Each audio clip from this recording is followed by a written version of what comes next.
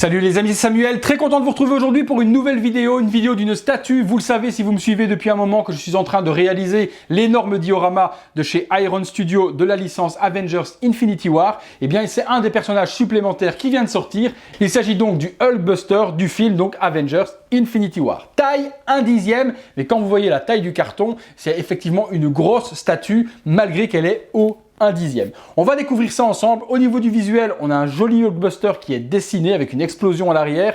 BDS, donc Art Scale 1/10, le titre de la figurine et du film. Sur le côté, on a la statue. Donc dans cette position, elle est comme ça en version attaque. Sur l'arrière, on a également donc la statue avec un autre personnage qui est un des fils de Thanos justement, qui sortira également donc dans le diorama, mais que personnellement j'ai pas pris parce que je trouvais dommage d'avoir celui-là et pas les autres. Donc j'ai pris uniquement moi le Hulkbuster et pas Obsidious. Si je dis pas son nom, ça doit être comme ça son nom. Sur le bas, on a Iron Studio avec leur site internet. On revient sur la même chose de ce côté-ci. Et puis là au-dessus, on a juste le titre du film.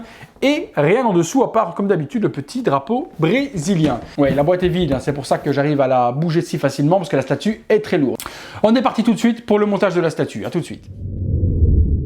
On est parti sur le montage, les amis. Alors, on a toujours la petite base noire, malheureusement pas aimantée. Hein, c'est un peu dommage qu'on ne puisse pas aimanter le diorama dessus. Donc, petite base noire assez simple. Sur l'arrière, on a donc Hulkbuster, Iron Studio, et puis le logo Marvel avec le titre du film. On pose ça ici. Hop. On a ensuite le petit diorama habituel. Donc vous savez, il y a toujours un petit dio qui représente ici le Wakanda.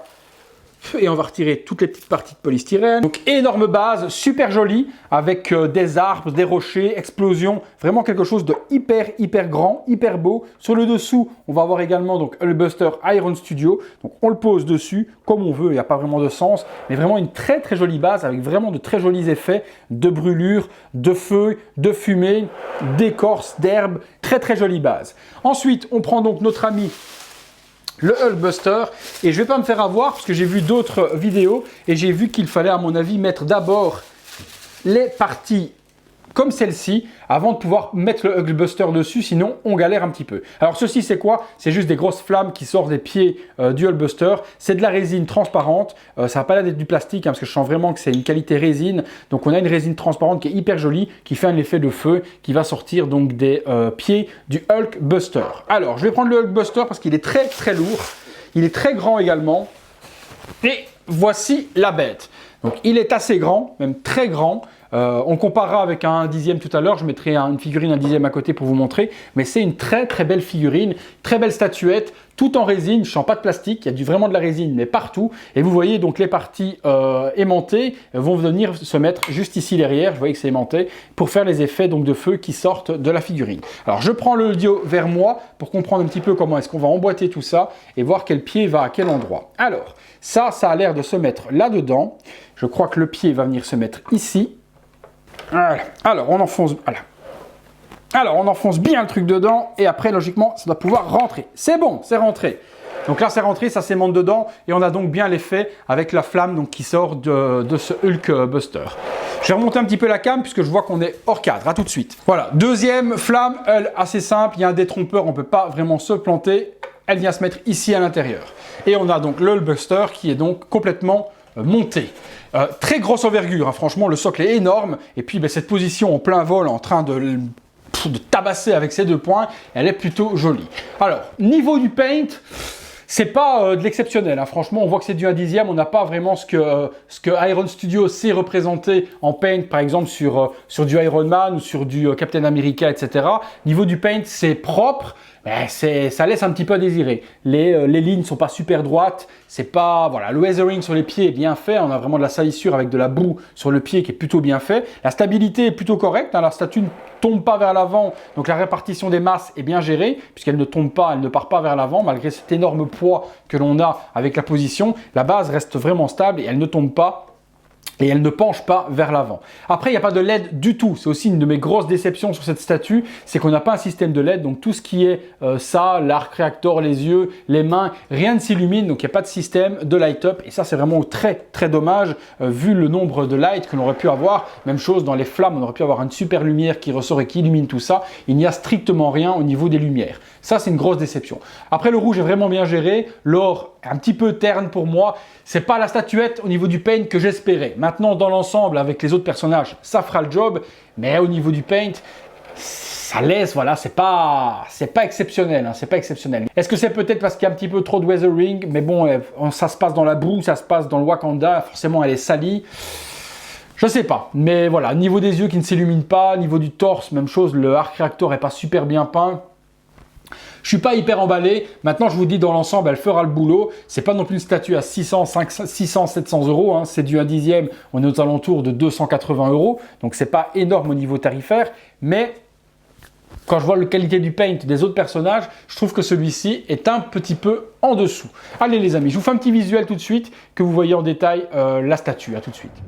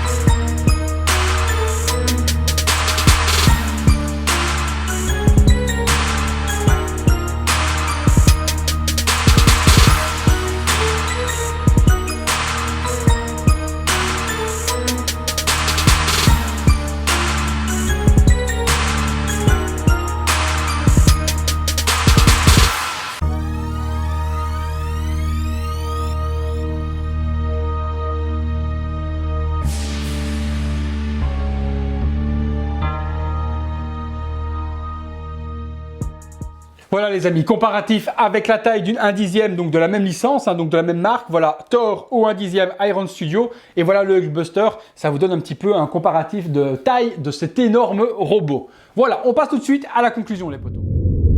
Les amis, conclusion sur ce magnifique donc Iron Studio Hulkbuster, magnifique par sa prestance, magnifique par sa taille, une petite déception pour moi pour le paint, il n'est pas exceptionnel, il n'est pas dégueulasse non plus, hein, il est bien géré, mais voilà, il manque un petit peu de soin. Maintenant dans l'ensemble, quand on la regarde, on fait waouh, quand on met son nez dessus, voilà, c'est pas une statue à voir de près, c'est une statue à voir à peu près à 30-40 cm de distance, où là tout l'effet est vraiment bien représenté, la puissance également du Hulkbuster, on dirait Hulk qui est en pleine attaque. Donc vraiment très joli à ce niveau-là, au niveau de la pose, j'aime vraiment bien. La répartition des masses est vraiment bien gérée. Le socle est juste sublime. Donc les parties en résine ici pour le feu est vraiment hyper bien représentée. Ça, à ce niveau-là, c'est vraiment une pose de fou. Elle est vraiment bien dessinée et je trouve vraiment que ça fait vraiment un gros charisme. Maintenant, voilà, une petite déception sur le paint, mais je suis certain que je dois être peut-être trop exigeant et qu'elle plaira à énormément de monde. Forcément, si vous faites le Dio comme moi, Iron Studio Infinity War, c'est un personnage qu'il faut puisqu'il fait partie de la bataille du Wakanda.